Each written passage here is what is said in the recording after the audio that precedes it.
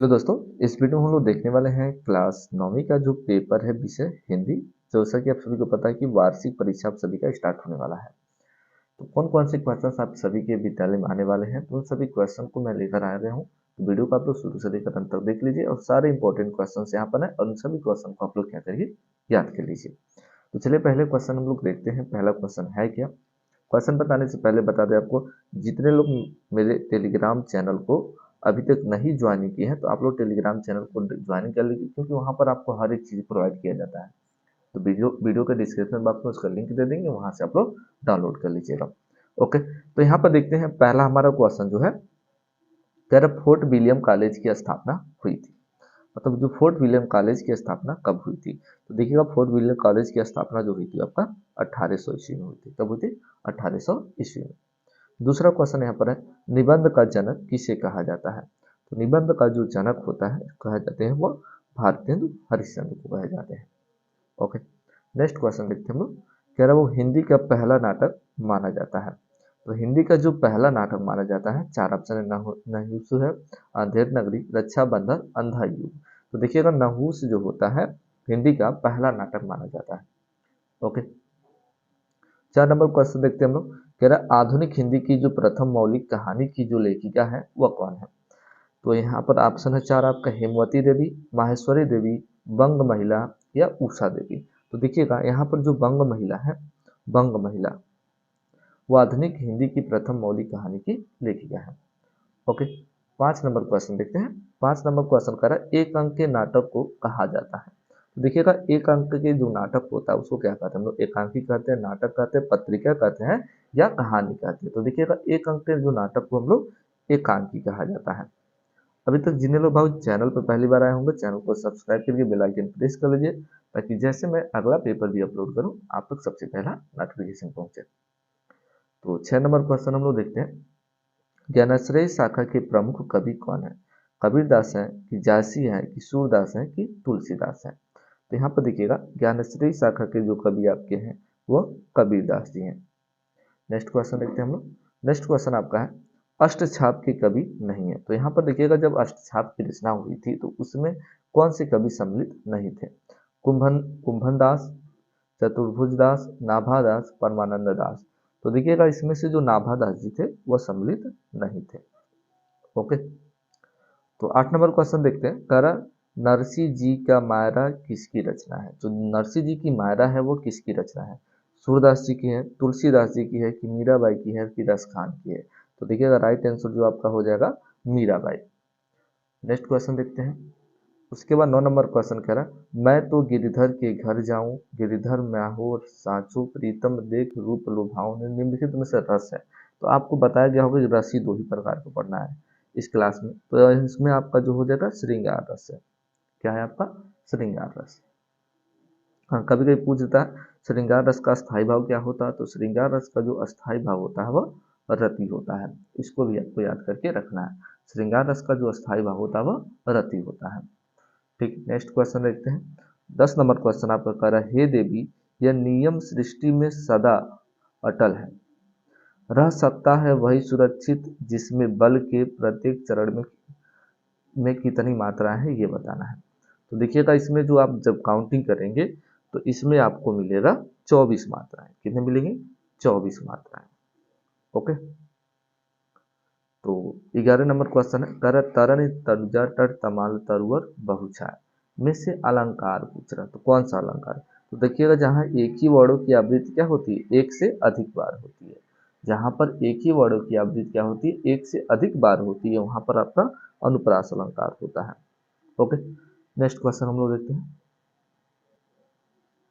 12 number यहाँ पर question कर रहा है, शुद्ध वर्तनी का चयन कीजिए। यहाँ पर अस्थाई शुद्ध लिखा गया कि ये वाला अस्थाई सही लिखा गया है कि ये वाला लिखा गया है कि ये वाला। तो देखिएगा इसमें से जो अस्थाई आपका जो शुद्ध है ये बी वाला आपका, वो वाला आपका सही है। उसके बाद कह रहा ओष्ठ का तद्भव बताइए। तो ओष्ठ का जो तद्भव आपका होगा वो ओठ होगा, अशुद्ध।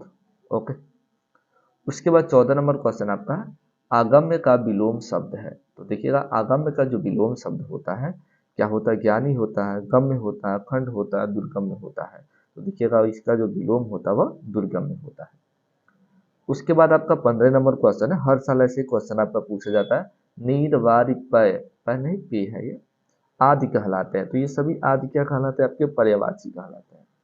क्या कहलाते हैं? आपके पर्यायवाची कहलाते हैं। 16 नंबर आपका क्वेश्चन है, निडर का समास विग्रह क्या होता है? निडर का समास विग्रह क्या होता है? तो देखिएगा इसका बहुत खोजने के बाद आपको मिला ही नहीं। तो देखिएगा इसका जो आपको निर्धन दर, निडर, निर्डर, तो इसका थोड़ा सा आपको कमेंट बॉक्स में 16 नंबर का जो क्वेश्चन है इसका कमेंट बॉक्स में आप लोग बताएंगे कौन सा ऑप्शन सही होगा। अ, ब, स या द, कौन सा ऑप्शन सही है आपको कमेंट बॉक्स में बताना है।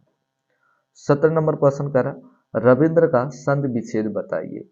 तो रविंद्र का संधि विच्छेद बताइए। रवि धन इंद्र गलत है, रवि धन इंद्र गलत है, रवि धन इंद्र, ये 100 वाला ऑप्शन क्या हो जाएगा? करेक्ट हो जाएगा। उसके बाद 18 नंबर क्वेश्चन आपका, रमेण रूप है राम का, मतलब कौन सा रमेण रूप है राम का इसमें? तो देखिएगा इसमें जो आपका रूप जो होगा आपका तृतीय विभक्ति एक वचन होगा। क्या होगा? तृतीय विभक्ति एक वचन। आप लोग पढ़ेंगे रामः रमो रमः ऐसे पढ़ेंगे तो आपका तीसरा विभक्ति में आपका एक वचन में आता है। उसके बाद 19 नंबर क्वेश्चन है, गच्छन्ति रूप है गम धातु का, तो कौन सा है? इसको भी आपको कमेंट बॉक्स में इसको बताना है। और 20 नंबर का भी क्वेश्चन देख लीजिएगा, त्रिधातु विधिलिंग लकार माध्यम पुरुष मध्य पुरुष द्विवचन का रूप है, तो कौन सा है? इसको आप लोग बताएंगे। इसका, इसका, और 16 नंबर का। उसके बाद आपका खंड ख स्टार्ट होता है, ध्यान से देखिएगा। तो कह रहा है निम्नलिखित गद्यांशों पर आधारित प्रश्नों के उत्तर दीजिए। उसके बाद कह रहा है दुनिया में दो अमोघ शक्तियां हैं, शब्द और कृति। इनमें से कोई शक नहीं है कि शब्दों ने सारी पृथ्वी को हिला दिया है। तो ये पैसेज आपका है।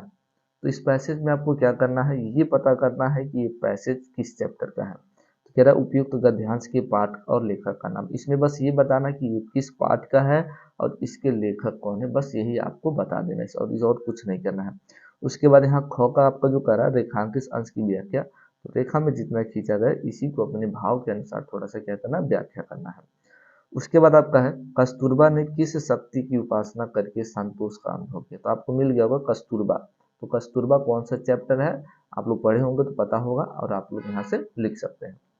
अथमा करके दिया है, अगर ये नहीं आ रहा तो इसको कर सकते हैं। वो वही हरा भरा मैदान था, वही सुनहरी चांदनी, एक सी निशब्द संगीत की भांति।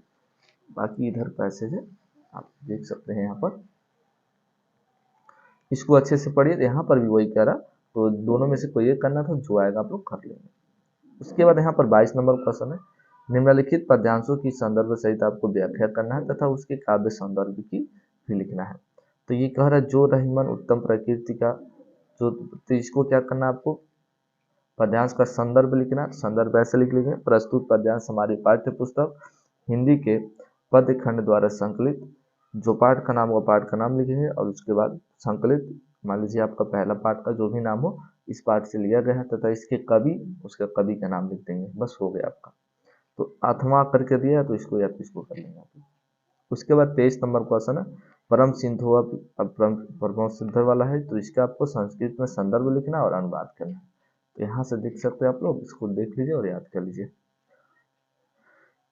दोनों में से कोई एक ही करना है। उसी प्रकार यहाँ से भी आपका है, निम्नलिखित संस्कृत पद्यांशों में से किसी एक का संदर्भ सहित हिंदी में अनुवाद करना। या तो इसको करिए या तो इसको करिए, दोनों में से किसी एक को करना है। ठीक है, नेक्स्ट क्वेश्चन देख लेते हैं और क्या कह रहा है आपका। उसके बाद आपका है दीपदान एकांकी की कथावस्तु अपने शब्दों में लिखना है। तो इसको लिख लेंगे, या तो अथवा नहीं आ रहा है तो लक्ष्मी का स्वागत आप लोग कर सकते हैं।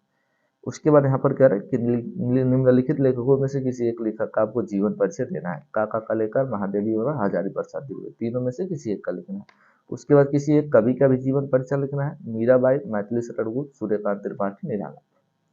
उसके बाद यहाँ से आपको क्या करना है, एक श्लोक लिखना है। ओके, तो यहाँ से 27 में से किसी आपको 2 प्रश्नों का उत्तर देना है। और उसके बाद यहाँ पर कह रहा आपको कुछ मुहावरे दिए गए हैं, उस मुहावरे को क्या करना है, वाक्य प्रयोग करना है। ईद का चांद होना, अक्ल बड़ी या भैंस, अंधे की लकड़ी होना, टांग उड़ाना, किसी एक का ही अर्थ बताना। ईद का चांद होना मतलब बहुत दिनों के बाद दिखाई देना, ऐसे बता सकते हैं, आप लोग पता होगा। उसके बाद किन्हीं 2 वाक्यों को आपको संस्कृत में अनुवाद करना है। उसके बाद है आपका प्रधानाचार्य को छात्रवृत्ति के लिए आवेदन पत्र लिखिए और उसमें अपने घर की स्थिति को भी स्पष्ट कीजिए। अथवा ये नहीं आ रहा तो इसको लिख सकते हैं। तो ये सारे क्वेश्चन थे। और कौन सा सब्जेक्ट चाहिए आपको नेक्स्ट कमेंट में ऑप्शन बताइए, उस पर वीडियो भी अपलोड हो जाएगा।